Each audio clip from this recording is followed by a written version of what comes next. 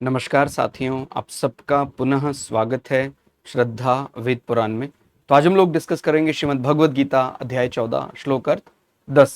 इससे पहले हम लोगों ने अध्याय 1 से 13 तक के सभी श्लोक अर्थ सरल हिंदी भाषा में दोनों ही चैनल श्रद्धा इष्ट ज्योतिष, श्रद्धा वेद पुराण में अपलोड कर दिए हैं। आप में से कोई भी व्यक्ति भगवद गीता को सरल हिंदी भाषा में समझना चाहता है, आप हमारे चैनल में आए, जहां आपको 700 के 700 श्लोक अर्थ मिल जाएंगे।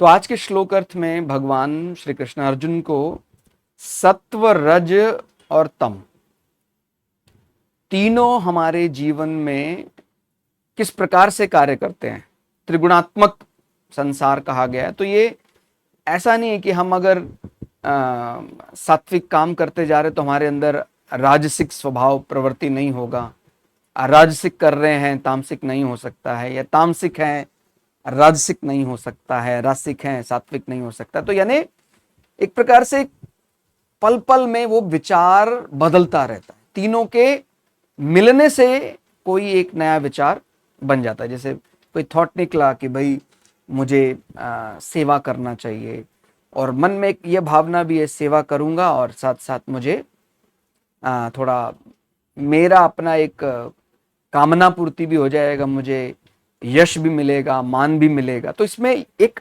सात्विक प्रवृत्ति ज्यादा दिखाई दे रही है, लेकिन इसमें रजस भी है कि भाई मेरा मान सम्मान, मुझे लाभ।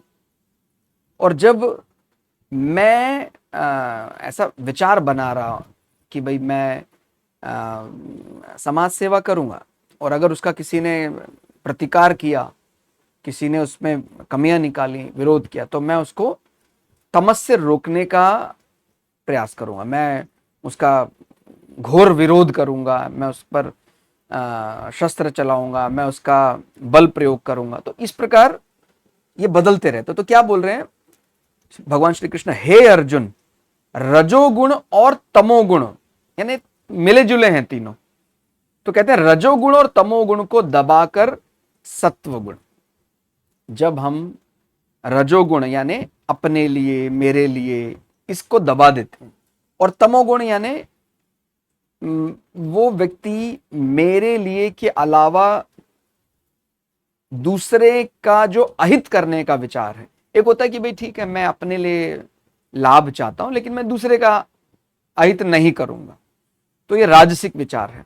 एक होता है कि भाई मैं दूसरे का माने अहित भी कर सकता हूं, उसको कोई दंड हो, मैं अपने लाभ के लिए उसको दंड भी दे सकता हूं। ऐसा माने तमस में धर्म को सामने रखकर ऐसा सामान्यता नहीं करता है व्यक्ति। तो ये जो एक विचारों में जिसको बोलते हैं कि पहले वो आलस्य आता है, फिर प्रमाद आता है, फिर क्रोध आता है, वो तम। तो कहते हैं कि रजोगुण को और तमोगुण को व्यक्ति छोड़कर, दबाकर सत्व गुण की ओर बढ़ता है,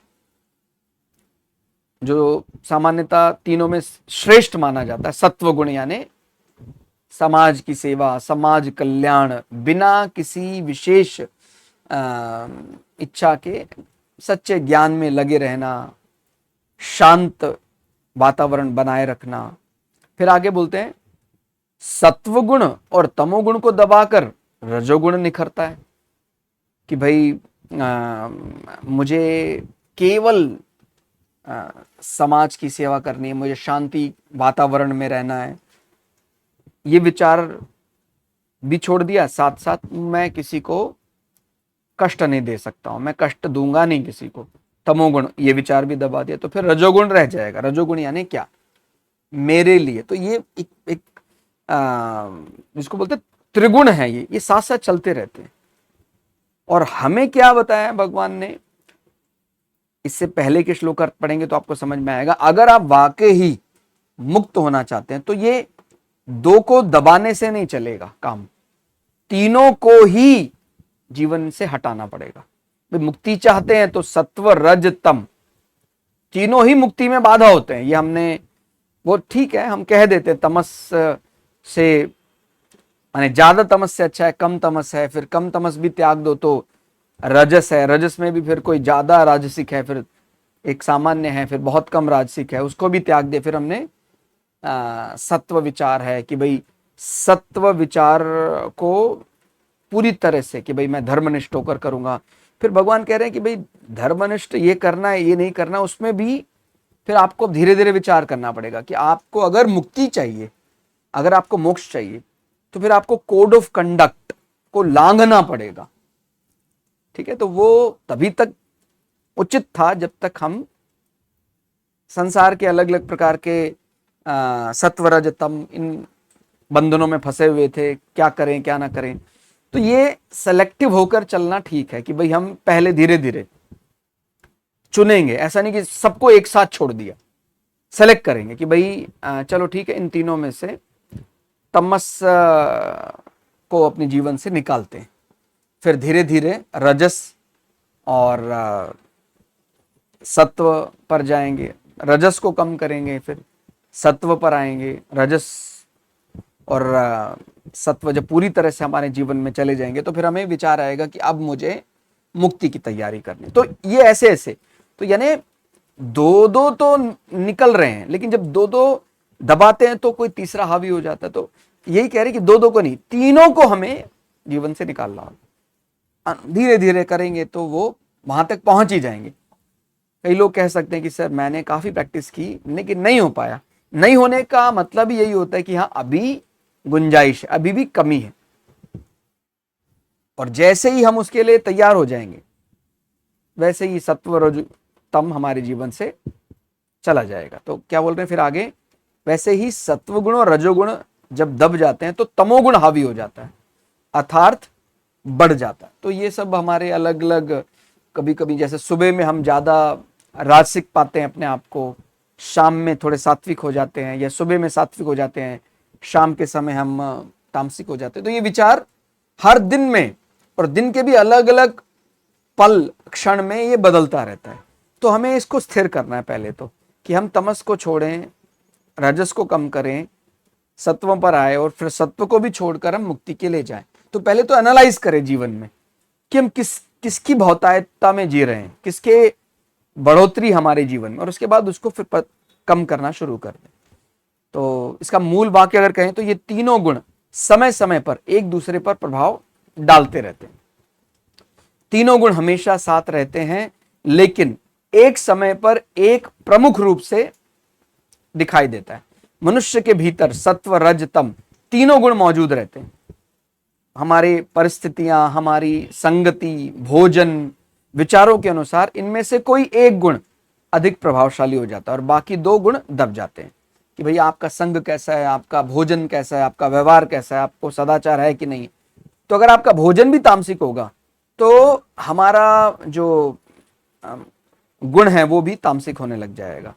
भोजन तामसिक से हमारा रासिक, यानी आप समझते हैं कुछ भी रखा हुआ, पुराना रखा हुआ खा गए हम, स्पर्श अस्पर्श का ध्यान नहीं किया हमने।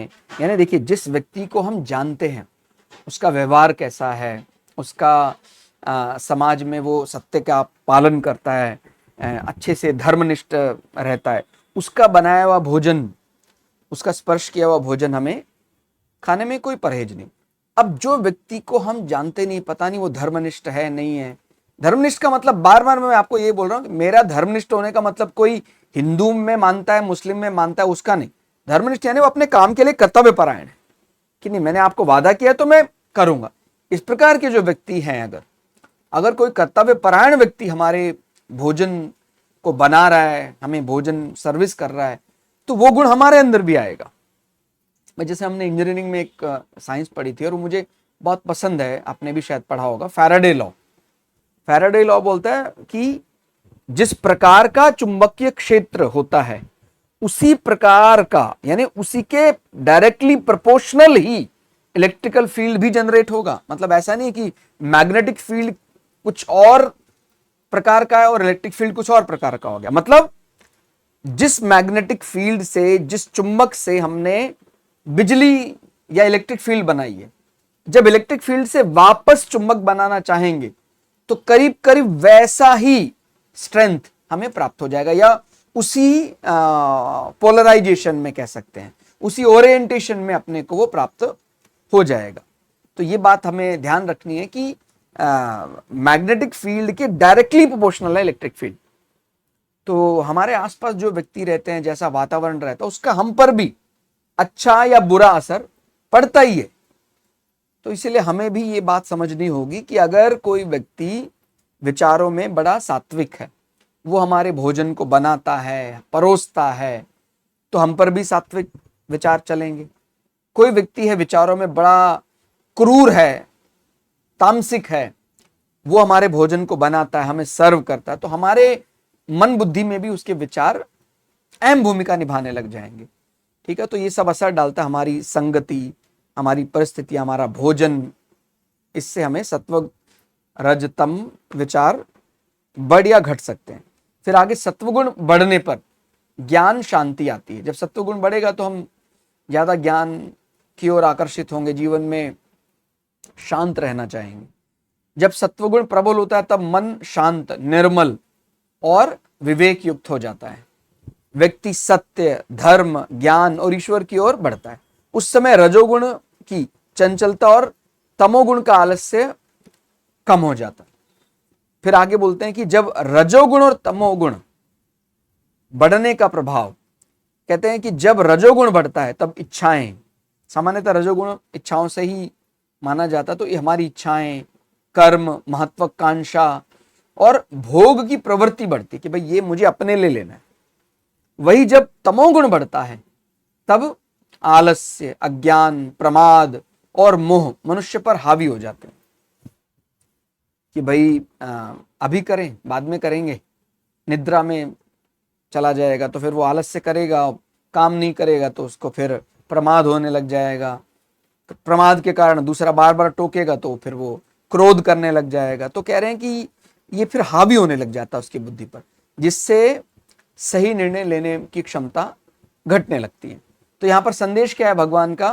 कहते हमारा जीवन उसी गुण के अनुसार चलता है जिसे हम अपने विचारों, आहार, संगति और कर्मों से बढ़ावा देते हैं। इसलिए सात्विक जीवन अपनाकर सत्वगुण को बढ़ावा मिलता है और यही हमारी आत्मिक उन्नति और सुख का मार्ग तय करता है। यानी तीनों में अगर हम बात कर रहे हैं, सत्व रज तम में तो सात्विक विचारधारा ही श्रेष्ठ है।